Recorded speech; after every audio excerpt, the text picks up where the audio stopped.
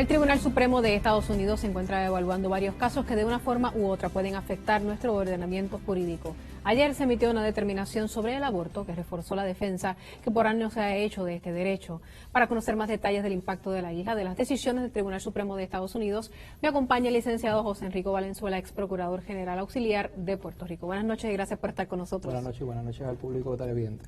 ¿Qué es lo que se determina por el Tribunal Supremo en cuanto al derecho al aborto?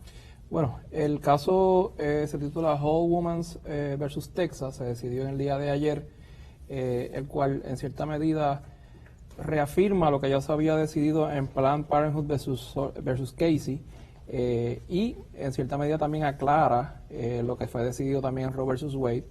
Y en esencia el caso de Whole Woman's versus Texas, que fue el que se decidió ayer por el Tribunal Supremo Federal, lo que hace es que invalida una ley de Texas que establecía medidas restrictivas y altamente onerosas para las clínicas de aborto en Texas. Y había provocado que cerrara un buen número. Correcto. De ellas. O sea, habían cerrado de 41 clínicas que habían disponibles, 22.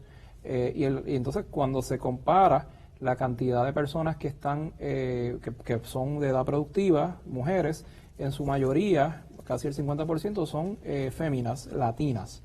Y esto pues obviamente tenía un efecto adverso de discriminar indirectamente al sector latino que vive o reside en el estado de Texas. En un momento dado como que se planteó quizás hasta que Roe versus Wade podía ser revertido, pero esta determinación es todo lo contrario. Correcto. Y entonces los dos requisitos que establecían que eran altamente onerosos es que tenía que estar un hospital con centro quirúrgico a menos de 30 millas del área donde estaba la clínica ubicada. Y eso pues obviamente 30 millas es una distancia alta, ¿verdad? Bien grande. Y de igual manera, las clínicas tenían que cumplir con los estándares mínimos de lo que es un hospital pequeño, y el Tribunal Supremo Federal decía, bueno, estás exigiendo que tengas cercanía a una clínica de un hospital, una clínica pero cirúrgica. Pero tienes que cumplir con estos requisitos también. Correcto, entonces estás estableciendo un doble requisito que es no tan solo es restrictivo, sino que coarta el derecho de las personas de si deciden poder hacer el derecho al aborto. Hay que señalar también que Roe versus Wade fue modificado en el caso de Planned Parenthood versus Casey, porque el caso original de Roe versus Wade de la época de los finales de los 70, establecía la etapa de los trimestres, que en el primer trimestre el Estado no podía establecer prohibiciones o reglamentaciones para que la persona no pudiera abortar. En el segundo trimestre, dependiendo de la salud, se podían establecer restricciones y reglamentaciones. Y en el tercer trimestre se podía prohibir, salvo la persona o la mujer tuviera una condición de salud, y el Estado no podía entonces prohibirle el aborto. Eso fue cambiado en su totalidad con el caso de Planned Parenthood, que ahora fue reiterado precisamente en el caso de Texas, que ya acabo de mencionar. Porque lo que establece el Supremo es, en vez de establecer los trimestres que ya estaban establecidos en Roe versus Wade, lo único que establece es que el Estado no puede establecer condiciones restrictivas para que la mujer tenga su derecho o pueda ejercer su derecho al aborto. Y independientemente si uno está a favor o no de esta decisión, la realidad es que esto es un derecho adquirido y que está consagrado en la 14ª enmienda de la Constitución Federal. Nos aplica a nosotros. Y nos aplica a Puerto Rico. En el caso de Puerto Rico no está regulado como tal el derecho al aborto. ¿Podría técnicamente efectuarse un aborto en cualquier momento?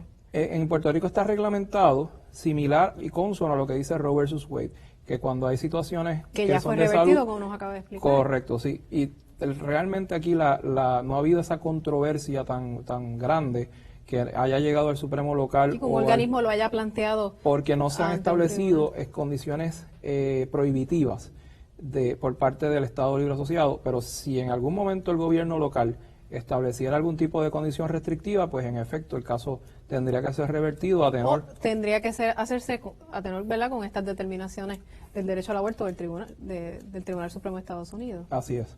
En cuanto al derecho de armas, que está siendo sumamente discutido en el Congreso de Estados Unidos a la luz de los eventos ocurridos en Orlando y en Puerto Rico, sabemos que hay un caso bien interesante que se está planteando sobre los requisitos para poder tener acceso legal a armas en Puerto Rico. ¿Qué determinaciones? Sí, hubo una determinación reciente, también el día de ayer, donde se planteaba por dos convictos de violencia doméstica que que la convicción de ellos por este delito de violencia doméstica a nivel estatal no podía ir por encima de la segunda enmienda de tener derecho a aportación de armas.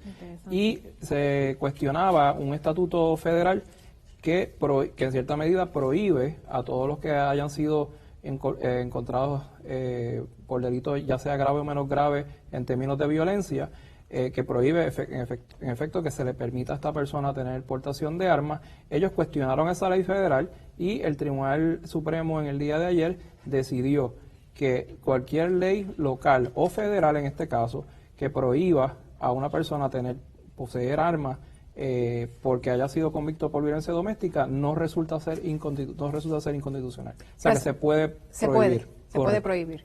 Correcto. Gracias por estar con nosotros, licenciado. Pasamos con Ramón Enrique. Y en otros temas, el Sistema Universitario Ana Geméndez celebró la 5ª graduación de su recinto ubicado en la bahía de Tampa, en Florida. Durante la ceremonia, 78 estudiantes de distintas nacionalidades latinoamericanas recibieron su título universitario.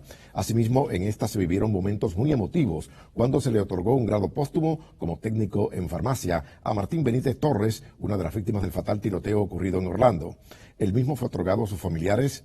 Por su parte, el rector de los recintos del sistema Ana Geméndez en Florida, el doctor Luis Burgos, sostuvo que en estos momentos, más que nunca, la institución comprende la importancia de crear plataformas para el desarrollo humano que formen individuos que contribuyan al fortalecimiento de una sociedad diversa y unificada. Y recuerde que puede localizarnos a través de las redes sociales en Facebook, Twitter y YouTube, además de nuestra página de internet sistematv.com. Hasta aquí esta edición de Sistema TV Informa. Soy Mardelis Jusino. Que tengan todos buenas noches. Muy buenas noches.